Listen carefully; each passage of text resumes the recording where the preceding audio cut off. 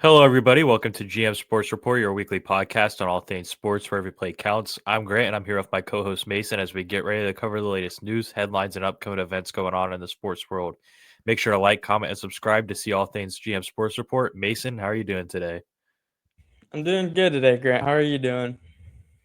I'm doing well. We got a lot to dig into, so I'm looking forward to doing that. And we'll start out this episode like how we start out every week, and that is with our hot take of the week. So, Mason, what is your hot take for this week? My hot take is that it seems every year somehow college quarterbacks become more and more insufferable. I'm gonna get into it a lot more later on in the podcast. Oh boy, what's yours? No, I just go on. I want to keep hearing it. Okay, okay. So last year coming into the league, it was Caleb Williams, and it's like, all right, this guy, like he seemed very cocky and arrogant, and like no one liked what he was about. And then Shador comes into the draft process, and coming out of the college football season, they retire his number and everything, all the Dion stuff, and it's just like, man, he makes Caleb Williams look like a much better, role, like just a much better guy. And now this year, I'm gonna get into it again a lot more later, but it's Diego Pavia, and I don't think we've seen anyone as bad as he is and has been. And he makes Shador look like a better person, and it's crazy because it seems like it's a trend, or every year it just somehow gets worse. I don't know if it's the NIL stuff. I don't know if these quarterbacks just feel like they're on top of the world because they get discussed a little more. I don't. It's just annoying, and I can't stand it. So I hope the trend breaks off. And yeah, that's my hot take. Yeah, so I guess we're on the same wavelength right now because my hot take also has to do with Diego Pavia. That's crazy. My hot take is that if Shador Sanders' real reason why he dropped in the draft last year was because of his ego and his interviews going Yeah, the wrong way and stuff like that, if that was really the case, then Diego this guy's Pavia should cooked. not be drafted at all because this guy No. is the most like I can't stand this guy. I don't even watch college football like that. And every clip I see of him makes my blood boil, like how much I don't like this guy. I've never seen such a cocky, arrogant player before than this player right here. And I don't, like you said, I don't know if it's the NIL stuff. I don't know if it's him trying to play some character to make even more money. He's like a Walmart version of Johnny Manziel, in my opinion. Um, Yeah. Yeah. but just the stuff he says, the stuff he does, the way he acts, like after losing the Heisman, saying "F all the voters," I have family for life. Like, what are you doing, dude? Like, that's just like I really hope that NFL teams like take notice of that and give him a reality check, because if that's really the reason why they did that to Shador last year was because they were worried about his ego and they were worried about the interview stuff and not so much the football side of things, then they should really be worried about this guy, because I have never seen anything like it with Diego Pavia. So yeah, that's my hot take of the week. Yeah, so I guess I'll kind of get it out of the way. I was gonna go into it, later on, but I guess I'll just talk more about football once we get into college football. But um, like when you are Diego Pavia and you don't get Heisman as deserved, he should not have gotten it. Fernando Mendoza had an amazing year and he deserved it. What he did with Indiana has been amazing, and to go into a club and then buy a sign and say "F Indiana," like Mendoza is one of the most likable guys in college football right now. I don't know if that guy has any haters. I mean, he's just a good guy. Um, and for him to do that, you're automatically making enemies with pretty much everyone. So Mhm. just to go out swinging after he should have known he wasn't going to win, but maybe he's just that, I don't know, hard headed. But yeah, that's kind of the last thing I'll put on that. But yeah, just very unlikable guy. Yeah, and then he's saying how he's like the greatest college football quarterback and stuff like that. They're playing those like games Yeah, I where saw that. like Yeah. break the stick when you see a quarterback who had a better Hmm. college year, and they're like naming people that clearly had better years than him, like Bryce Tim Young and Tebow, Cam Tim Newton. Tebow, Yeah. stuff like that. He doesn't break the stick. It's like, all right, dude, like I think he's in for a rude awakening when the draft process comes around, but we'll see what happens. Hopefully. Yeah. All right. Now we'll go ahead and slide over to our underdog of the week. So Mason, I'll let you go ahead and give your underdog. Yeah, so my underdog is, I think, the definition of an underdog. He hasn't really been, talked about a lot, and probably because of the team he's on. But it's Utah Jazz's Keontae George. 37, 5-6, beat Dallas 140 to 133. He is averaging 23, 7-4 this season. Like I mentioned, Utah is not a very good team, but they are very young. The oldest guy in the rotation is Markkanen. I think he's in his 8th year. And other than that, the oldest guy is in his 2nd year, which is like him and correct me if I'm wrong, but Bryce Sensabaugh. I don't know if I said Yeah, that right, sensible. but Yeah. yeah. So I mean, just a very young team. They're not going to be stuff in the stat sheets, but he's been playing very well. I just want to give a shout out to him. Yeah, I've been a pretty big Keontae George fan. I'm in a fantasy basketball league with my family, and I picked him up on like week 1, and he's been Hmm. absolutely insane for me. So he's made a fan Yeah. out of me, and he does deserve Hmm. his flowers. He's been putting in some big performances, and for a team that doesn't have many bright spots, he deserves to be Yeah. talked Yeah. about. All right, for my underdog of the week, I'm going to go with 2 because I feel like these are 2 guys that deserve to be talked about as far as, they're definitely, one of them was definitely an underdog coming into this week. Another guy came into the league as like a potential Hmm. superstar and has became an underdog over the last couple Yeah. seasons. So the first one is going to be Kyle Pitts. A lot of hype around his name coming in to the start of his career, and obviously we know things have gone wrong, but he had an absolutely huge week this last week. Had 11 receptions for 166 yards and 3 touchdowns to help defeat the Tampa Bay Buccaneers, which I don't think a lot of people saw coming. So that's my first underdog, and then my second one, it has to be Phillip Rivers. I mean, despite them losing the game, to see what is he 44 or 45? I think he's He's 44. 44. Yeah, Yeah. to see a 44-year-old who hasn't played football since 2019, I believe, um, that's a crazy story. He went 18 for 27 for 120 yards, a touchdown, and an interception. Like nothing crazy, but just to see him go Hmm. into the game and like play a game where he gave his team a chance to win against a good team, a good Seahawks team. It was Yeah, they're a impressive to very good see, team. and that deserves an underdog of the week in my books. Yeah, absolutely. I mean, he's like, I don't think a lot of people kind of expected much of him coming into the game this week, but he really stuck it to the Seahawks, and for them to Groupie made a huge kick to put them, I think, ahead just in the final like minute or so, and then Jason Myers sadly destroyed his comeback story, but. I think that the Colts can still be competitive. They do play the Niners next Monday, so that'll be a fun game to watch because Brock Purdy and the Niners have been balling. Mm-hmm. All right, we'll go ahead and stay with the NFL. We'll slide over to our game predictions update. This is where on Instagram and TikTok we post our predictions for every game every week. This last week I went 11-5 overall, and Mason, you went 13-3, so you caught 2 more games up on Oh, me. So that now sets the record to I am at 131-62, and you are at 126-67. So 5-game difference. okay. I feel like there's a chance here if you really lock it in. I Last week was can. I can. a big momentum swing because we had a lot Yep. of disagreements and you won more of those Hmm. disagreements. So yeah. Yep. All right. Nice. Now we'll go ahead and get over to our 3 takeaways from the previous week. So Mason, I'll let you go ahead and begin with that.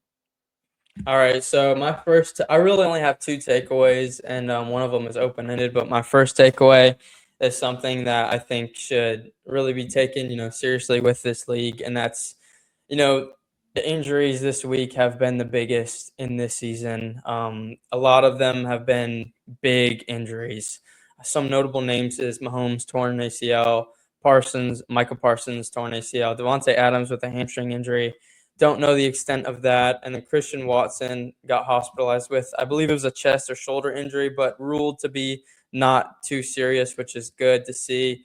And then throughout the past week, I think it was in the middle of the week, TJ Watt suffered a collapsed lung, was unable to play against the Dolphins last night, and it's insane to see because it's really getting into the make or break part of the season because it feels like both conferences are so open right now, especially the NFC, to where every game matters. And it's sad to see a team like the Packers, who came in at such a strong point and now have lost, their big edge rusher in Micah Parsons and a big time target in Christian Watson. So um, it's sad to see, and I hope for the best of these teams who have lost their big guys. But yeah, that's something I really wanted to mention. And then my open-ended, takeaway was, speaking of that, who are like the legit teams coming into the playoffs? I know there are a lot of, I think, stuffed records where the records are kind of overshown on how these teams perform. Just gonna list some of the records: Broncos 12-2, Rams 11-3, Seahawks 11-3, Patriots 11-3, Jags 10-4, Chargers 10-4, and Niners 10-4. So, who are your kind of, I guess, favorites coming into the playoffs and end of the regular season?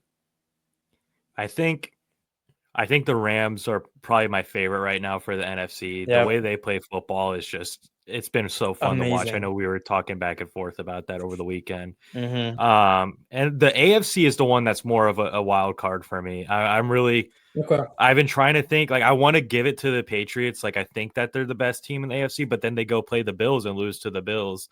So it's like a tricky situation as far as the AFC goes. And then, like, you never know if, like, the Ravens do somehow make it in and they Mhm. can get hot at the right time. I think the AFC is wide open, especially now, with Mahomes' injury, even though I didn't think the Chiefs would make the playoffs anyways. But, Yeah. um, uh, it's just that, yeah, the AFC is a lot harder to predict than the NFC. I think the NFC, you got those like real teams, like the Rams, I think are pretty legit. I think that Niners. Niners are pretty legit now that Brock Purdy's back and balling, like you said. Mhm. Um, I think Seahawks. that, yeah, I think they're a team that can make some noise. So I think, I think every team that has a good record right now is legit. Like it's hard to like predict. I think the Patriots are one of the Yeah. bigger question marks. I think S- you don't know what Tampa Bay is going to do because they're still somewhat in Yeah. the mix for a playoff spot right now with how their division is shaped up. It's a weird situation right now. Yeah, my quick thing is, you know, I've been getting on the Broncos all year. I kind of have a personal vendetta out against them, just how they did, my team this year, kind of derailed literally everything. But I think the Broncos are kind of giving that Chiefs feeling of last year, to where it's like, oh, are they really that good? And then they end up making it to the Super Bowl. Sure, they got blown out, but they are battle tested, like we kind of saw in Indiana Pacers with the playoffs last season, where they had to grind out every single win. So that's a team I think can do well on the AFC side of it. Patriots, we'll see. They played the Bills and did not do well. Let up a 21-point lead, ended up losing that. And Jaguars and Chargers, I have big question marks around them because it comes down to the quarterback play. I think that the defense and the supporting cast around them can really do well, but it comes down to Justin Herbert and Trevor Lawrence. Trevor Lawrence had a great game, 5 touchdowns, but it was against the Jets, so you kind of have to put that into account. So it'll be very interesting. I think this is probably one of my favorite seasons since that Rams Bengals season a few years ago. So cannot wait to see how it shapes out. Yeah, looking at the standings now, I think the three teams that give me the biggest question marks are Jacksonville, Yep. Chicago, Okay. and the Chargers, Yeah. like you said. I think those are the three teams that give me the biggest question marks. I think I all see of that. them are good teams, but I think there's a lot of like we don't know how Caleb Williams is going to be in a playoff game. Mm-hmm. Like basically what you're saying, the quarterback play is going to come down to those teams. I feel like, Yep. so we'll Mm-hmm. see how that goes. Should be a crazy playoffs. Like I think it's going to I be like a cannot very wait. random I Super Bowl, but I cannot love it. wait. Yeah. It's gonna be a Yeah, breath of fresh air after absolutely. seeing the Chiefs in it every year and the Eagles and As stuff. long as So the Eagles and Patriots are not in it in the Super Bowl, I'm happy. That's all I care about. yeah. All right. I'll go ahead and get into my three takeaways. Starting with, I think the Rams are the best team in the NFC. I know I was kind of just talking about that, but that's my first takeaway. Mhm. I love how they play. Puka is just unreal this year. If it wasn't for Jackson Smith and Jigba having as big of a year as he's having, there'd be a lot more conversation around Puka, but he still is Mhm. having a fantastic year. My second takeaway is that Bo Nix continues to show that he and the Broncos are a legit team. I do think that they're pretty legit. He went 23 for 34 for 302 yards, 4 touchdowns, 0 interceptions against the Green Bay Packers. So that was an impressive win for the Broncos. And then my third takeaway is that the Cowboys defense is so bad that it made JJ McCarthy look like a star quarterback last week. So Nine had a breakout game, but I guess anyone can have a breakout game when you're going against this Cowboys defense. So those are my three So takeaways. yeah, I like those. All right, we'll go ahead now and slide over to the NBA, and we're going to do our player and team of the week. So, Mason, who is your player for this week in the NBA? My player is Cade Cunningham. I mean, he's just been him and the Pistons have been rolling. I think we expected the Pistons to kind of come off, of what they did last season, but I didn't expect it to be this good. He's averaging 27, 6 and 9 this year, and like I mentioned, they're just balling. And I think everyone is kind of gluing together and gelling together, and they could be a very scary team. Yeah, I agree. He's been unbelievable to watch. His development over the last 2 seasons has been Mhm. really impressive because after his first season or two, there was a lot of questions on if he was going to be a bust or not. And I think obviously there's no question that he's a superstar now. Just a fantastic player, and seeing what he's done, really turning around this Pistons team that hasn't seen success in a long time. Yeah. They're doing some special stuff over there, so I agree with that. Um, for my player of the week, I'm going to go with a guy on a team that doesn't get any recognition because of how bad the team is. He plays on the Brooklyn Nets, and that is Michael Porter Jr. In his last 5 games, he has averaged 29.8 points, 7 rebounds, 4 assists. Mm. Just playing some really good basketball for this Brooklyn Nets team that is terrible. So at least it gives the Nets fans something to be happy about.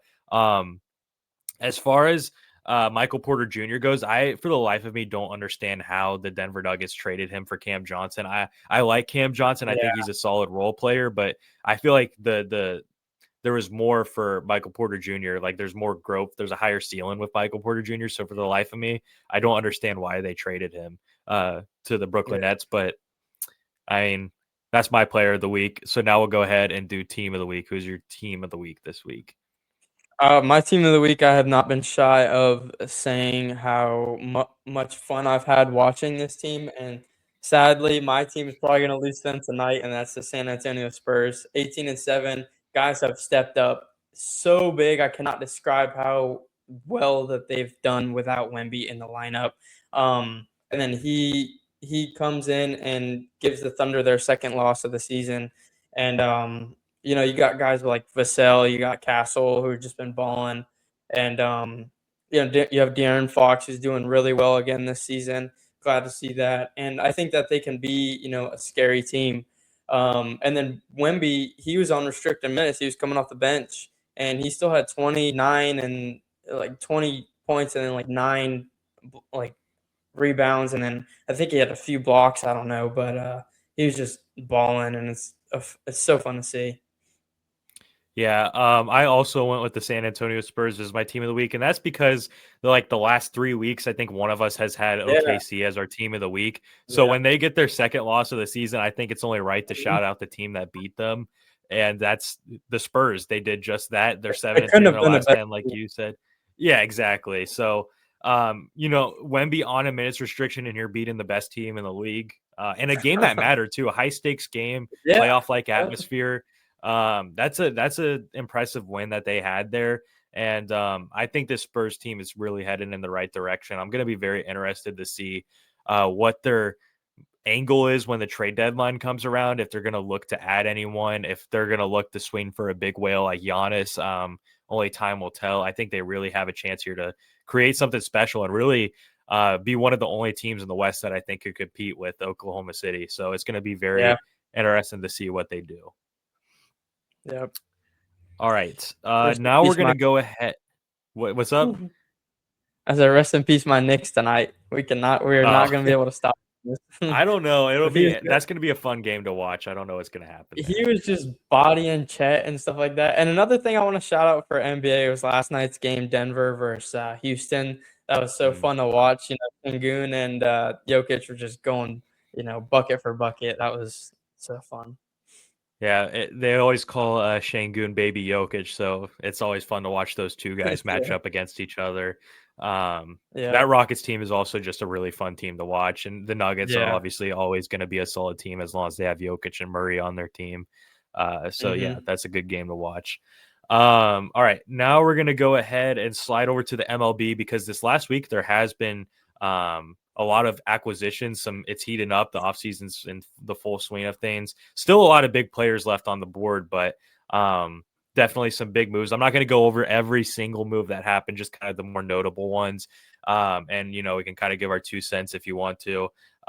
First one being Kyle Schwarber staying with Philly. For me, I think I was expecting this. I Mm-hmm. would have been really surprised if he went anywhere else. What about you? Yeah, same. No, I Yeah. agree.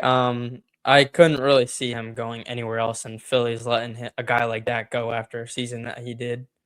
Yeah, yeah. I would have been shocked if he went anywhere else.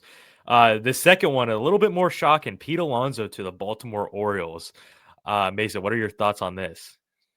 I mean, that was a weird one where I kind of felt like it was a toss up on him staying or going, but seeing how the Mets front office have been, moving lately, I think it was kind of expected that he was going to go, but to the Orioles was what shocked me. I kind of expected him to go, I don't know where else, but not the Orioles. So now the Yankees have to deal with them a lot or him a lot more. So that'll be something to deal with. Yeah, I'm pretty shocked that Pete Alonso is a Baltimore Oriole.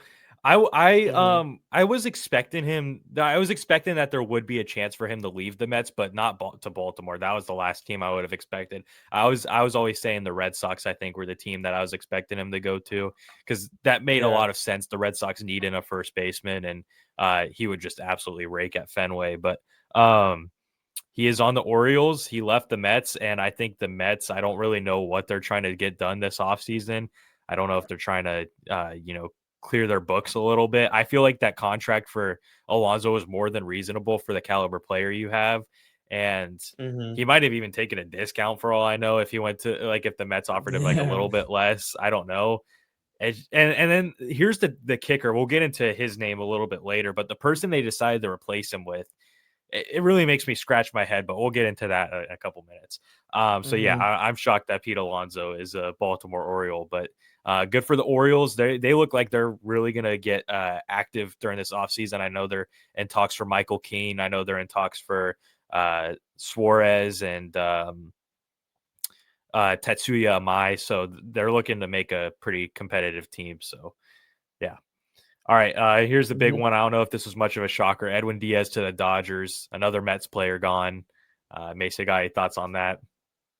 I mean, I from what I saw, I don't know how accurate it is, but I saw that the Mets were kind of around the ballpark of the number for a contract, and Diaz said, "Nah, screw that. I'm just gonna go to Yeah, the Dodgers anyway." So, I mean, like, if you have an opportunity to do that, then go for it because you see, Pete. Was it before or after the Alonso thing that it he was left? before, right before. Okay, okay. So, maybe he heard wind that they weren't gonna hold on to Alonso, and he was like, "All right, well, I'm just gonna abandon ship as well." So that's probably the best spot for him to go, but it's just another infinity stone for the Dodgers to Yeah, hold on to. yeah. Like 2 weeks ago when I was really starting to give my predictions, I think it was when I did the solo show. I did predict Mhm. that Diaz would end up on the Dodgers if he were to leave the Mets, and that's ultimately what happened. It just made sense. Like he wanted to go play on a championship team, and the Dodgers, if they Yeah. had one weakness, it was that they didn't have like a stud closer. So what do? They go out and get the best closer on the market, probably the best closer in Yeah. baseball. It's frustrating to see the Dodgers do it, but like, let's be for real. If your team was capable of doing it, you would love to see them do that. So Yeah. yeah, it is what it is. But man, yeah, Mets fans going through it right now. Losing Pete Alonso It's and all DS in good. like almost 48 hours is crazy. They have Devin Williams now, so it's That's okay. yeah, they got Devin Williams. All right. Next move is an interesting one. Robert Suarez, one of the better closers on the market, if not the second best. He went to the Atlanta Braves. Mason, what is your thoughts on that? I'm not too knowledgeable on just the whole Brave situation right now. I just knew that they had a very rough season, so it's kind of cool to see that they're making some moves. It'll be interesting to see if they kind of get back into the swing of things as far as playing competitive baseball. But yeah, I think it's good, I guess, to get them on the right track. So I don't Yeah. mind. I like it. Yeah, I think this is a fun move for the Atlanta Braves. They're a team that obviously had a terrible season last year, but I think a lot of that was from the injuries that they had to deal with. I think with a fully That's true. healthy Yeah. team and a fresh start, they can get back to competing again. And this is a step in the right direction. Suarez, I think, led the league in saves last year, if I remember correctly. Just a very solid arm. I know he's not going to probably be a closer. I think they're saying that he's going to be a setup man for Raciel Iglesias, who is also a really good closing Mm, pitcher. So to have those two guys as your 1-2 punch in the back end of your bullpen, that's going to win you some games alone. So yeah. yeah, good move for the Braves. All right, Hmm. here's an interesting one. Jorge Polanco to the New York Mets. What are your thoughts on this? He's expected to play first base for them. Yeah, I don't know too much about his game personally, so I can't judge or have too much, I guess, of a takeaway on him. I know he played well in the postseason, but that's kind of, I guess, the extent of my knowledge on him. Yeah, so Jorge Polanco, I love him as a bat. As a free agent bat, he's one of the better ones you can get. Not He's not a superstar by any means, not even an all-star, but he's just a solid, consistent role player that's going to come up in the clutch. He's a very clutch hitter. We saw it time in, time out during the postseason, and he came up with many big hits, had the home runs off of Scooble, two of them Hmm. to help defeat the Tigers. So you know Yeah. that he's going to come up when you need him most. But here's where it makes me scratch my head. You didn't sign Alonso, and your first baseman replacement is a guy that has played one inning of first base in his career with Jorge Polanco. And Jorge Polanco already is known to not have the best glove in the world. He's a primary second baseman. He has played third base some with the Mariners, and he's just not the best fielder in the world. So to go and have him play a completely new position that he's never played before, that's going to be very interesting to see how that plays out. It really makes me scratch my head as to what are the Mets doing? And they're paying him like a hefty amount. I think it was like 25 mil or something like that. Mm, So it's like if you are willing to pay that much for someone that's never played first base before, why would you not just go get Pete Alonso, who's been there his whole career? So it just makes me scratch my head even more with like what the Mets are doing. But yeah, it's a I like Corey Polanco as a bat, but it's going to be a real interesting thing to see his development at first base. All hmm. right. And then the final move we had happened yesterday. Adolis Garcia is going Hmm. to the Philadelphia Phillies. What are your thoughts on this? Yeah, honestly, I don't know why, but I kind of expected the Phillies to be making a lot more moves as of now, kind of where we are in the winter meetings, because you see where they were, I guess, in the postseason, and like how they ended their season last year, and it seemed like they had all the talent in the world, and like they were one of the best teams in the regular season as far as their wins and everything, but Mhm. um, it's still like I feel like underwhelming because Adolis is a good player, but I just expected more from the Phillies in general. I think. Yeah, Adolis is a solid player. we saw flashes of him, and I think it was 2023 whenever the Rangers won the World Series. He was a big Mhm. reason why they won the World Series. He had a fantastic postseason, but since then we really haven't seen him become the star that we kind of all were expecting him to be. He's kind of just like a solid guy that has a lot of upside with his power, but strikes out a lot. Decent fielder with a solid arm. So nothing crazy. I think the more interesting thing that's going to come out of this is now. I think that this move kind of confirms that the Phillies are done with Nick Castellanos. I think Nick Castellanos is going to get Mhm. traded now, and I think that's going Yeah. to be interesting to see where he ends up and what the Phillies get in return. Because Castellanos and the Phillies run, that was a fantastic run for the two of them. Both parties benefited off of that a lot. To see it come to an end, we saw it hit kind of a rocky road last season towards the end of the year Yeah. when Castellanos was making a lot of comments about coming off the bench. So it seems like that ship has sailed and that's over. So I'm interested to see what comes about of that, what team he ends up on. But yeah, those are kind of the moves that I wanted to get into, the more notable ones. If any more breaks, we'll be breaking them on this show as they come. So yeah. Finally, the last thing we're going to want to do for the show is go into college football because the Heisman winner has been selected. And I kind of just wanted to get into a Heisman conversation. Mason, I'll let you go ahead and start that one off. Yeah, I mean, Fernando Mendoza, I don't have all the exact numbers and stuff, but I've mentioned how much him and just Indiana have changed in the past 2 years. They go from a team who was hoping to get into a bowl game to now being, the number one ranked team heading into the college football playoffs, and they just beat Ohio State to get that one seed. So Mendoza, I think, is a great guy as far as a player. I know he works extremely hard and has been kind of the underdog his whole life, but when it comes into Cole and I were talking about this on New York Sports last night, where he thinks that the Jets are going to trade up with right now it's the Giants and first overall. Um, but it's just I don't know if he's that level or that high caliber of a quarterback because right now it feels like the quarterback class, as we mentioned all year, is just lacking from what we've seen in other years. And again, I think Mendoza is a good quarterback, but as far as consistency and what we've seen, I think there's a big question mark around that as well. So I know Mendoza got the first place votes, most first place, and then it was Pavia second place votes. Jeremiah Love third place votes, and then Julian Sayin, who is a sophomore and has a lot more time with Ohio State, was in fourth. So I think it was kind of what we expected. But yeah, it was cool to see.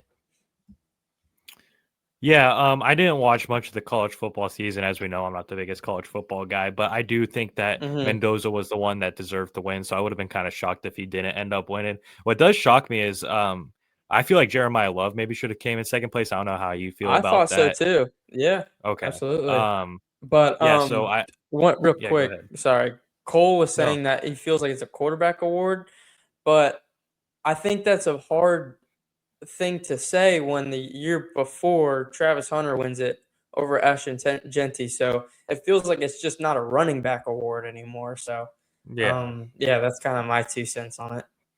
Yeah, I agree 100%. Yeah, I think that the guy that won should have won, but I think this is one of the more weaker Heisman classes we've seen in a long Yeah. time. There's just a lot of Yeah. question marks on the talent level that's going to be coming into the NFL next year, especially with the quarterback position. Like you were kind of hinting at, do we really know if Mendoza is going to be able to step in and be a We don't. franchise quarterback? Like I don't know if he's that caliber. I think that Hmm. I think that Jackson Dart is better than all of these quarterbacks were last like coming into this year. You know what I mean? I think Hmm. Shador Sanders might be better than all these guys that are Yeah, coming I into agree. I agree. this year. So there's a lot of question marks. And I do feel like this is one of the weaker Heisman classes in recent years. Yeah, absolutely. All Real right. quick, I was Yeah. saying how I was mentioning, I guess, the other people who are big on college. I don't remember exactly who, but I was saying, imagine if Ashton Genty was in this college class. Would Mhm. they give him the Heisman finally, or would they again rob the running back? So that's I feel another like fun you'd thing to have to kind of give think him the, about. the Heisman off the You season he you had think last that, year. But then you give it to Yeah. Travis Hunter, and I'm still sore about that. So I don't know. Yeah, well, it is what it is. Yep. All right. Well, that's pretty much going to wrap up this episode. So thank you guys for tuning in to this week's episode of GM Sports Report, where every play counts. Please make sure to like, comment, and subscribe to be able to see our weekly episodes on all things sports. For additional content, check the description to see links to our Instagram and TikTok account. This is Grant and Mason signing off for now. Have a great week, everybody. Thank you, guys.